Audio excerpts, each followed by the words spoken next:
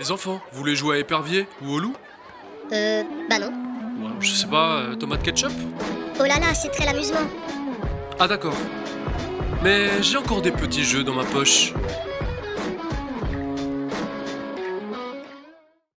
Bonne année 2020 à tous, et pour ce jeu de poche numéro 4, nous allons parler du Bazar Théâtre. Alors oui, le nom est pas ouf, je sais, mais vous savez, ce n'est pas le nom qui fait le jeu, c'est le jeu qui fait son renom. Merci, c'est vrai que je suis pas plus fier de ce petit jeu de mots, merci.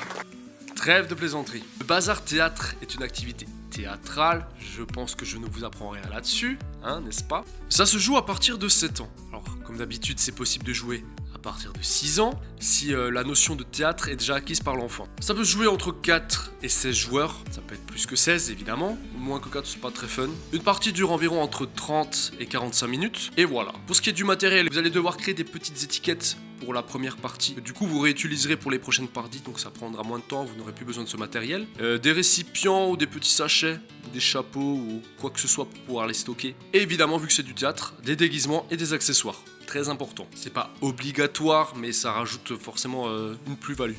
Pour ce qui est du lieu, pareil, c'est libre. Par contre, il faut prendre conscience que plus vous avez d'enfants, plus l'espace doit être grand. Parce qu'après, les groupes dans un espace restreint vont commencer à se gêner avec le bruit, ça va pas être très agréable, ils vont pas pouvoir construire quelque chose d'intéressant, alors que plus vous avez d'espace, plus chacun a sa zone pour construire quelque chose de bien, plus la cohabitation sera faisable.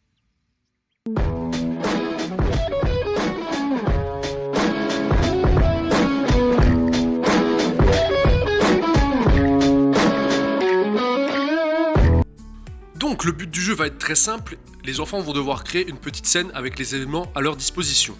Ils vont évidemment faire cela en groupe et vont disposer d'un temps limité. Et à la fin du temps imparti, chaque groupe se produit comme s'ils étaient sur scène devant tout le monde. Donc pour une première partie, il va falloir créer des étiquettes. Donc il y a 3 catégories, lieu, personnage et action. Franchement, laissez parler votre imagination et celle des enfants. Le but c'est de faire quelque chose de fun. Donc en lieu, ça peut être n'importe quoi, ça peut être à la maison, le magasin... l'espace, personnages pareils, ça peut être des métiers, des pompiers, des policiers, mais après ça peut être autre chose, des pilotes de Formule 1, des astronautes, des chats, enfin vraiment laissez parler votre imagination. Pareil pour ce qui est de l'action, ça peut être, je sais pas, mange une glace, va au cinéma, enfin voilà, je vais pas vous donner des exemples plus que ça. Vous avez compris à peu près le principe. Donc ensuite il va falloir former les groupes, donc soit vous les laissez libres, soit vous imposez. Bon, ça c'est toujours un petit peu la partie délicate à régler. Chaque équipe va piocher une étiquette de chaque catégorie. Ça peut donner des extraterrestres font du shopping à Moscou. Pourquoi pas? Donc chaque groupe dispose d'environ 15-20 minutes. Évidemment le temps est assez flexible. Ça peut être 30 minutes, comme ça peut être moins. Et ensuite, comme dit précédemment, chaque groupe fait sa petite démo. À vous de voir si vous voulez intervenir pour les aider ou parfois pas. C'est à vous de juger de toute manière du besoin d'aide ou pas. Certains groupes vont mieux se débrouiller que d'autres, certains vont pas trouver d'idées, enfin on peut être là pour les guider comme on peut les laisser faire. À vous de juger.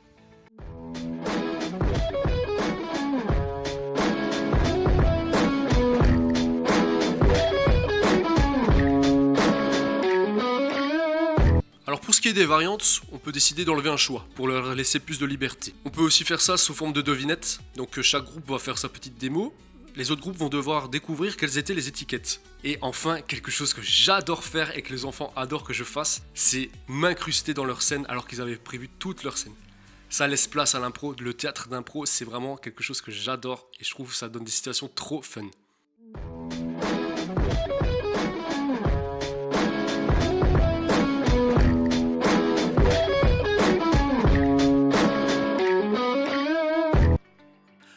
Alors ça va évidemment développer leur créativité, ils vont beaucoup se servir de leur imagination et ça c'est génial. Ça va contribuer à leur expression verbale comme non verbale. L'émotion ne se transmet pas forcément que par la parole. Et même ça pourra aider aussi certains à vaincre leur timidité et même aux petits de s'imposer face aux plus grands. Le jeu est vraiment fun. Je sais pas combien de fois j'ai dit fun dans cette vidéo, mais je pense que ça fait beaucoup. Les choix sont quasi infinis, du coup le jeu est assez facilement renouvelable. Maintenant je pense que tout ne sera pas forcément rose, surtout si vous faites les groupes vous-même.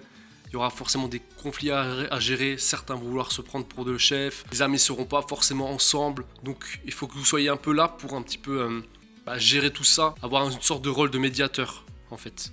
Merci beaucoup d'avoir regardé la vidéo et à la prochaine pour un nouveau jeu de poche ou peut-être autre chose. J'ai quelques autres idées en tête. Je suis en train de voir un petit peu pour les construire, voir un petit peu qu'est-ce que je peux faire. Donc peut-être que la prochaine vidéo ne sera pas un jeu de poche, à voir. Donc théoriquement le rythme ne devrait pas changer. Donc 2-3 semaines je pense. Et sur ce, je vous fais la bise. Ciao!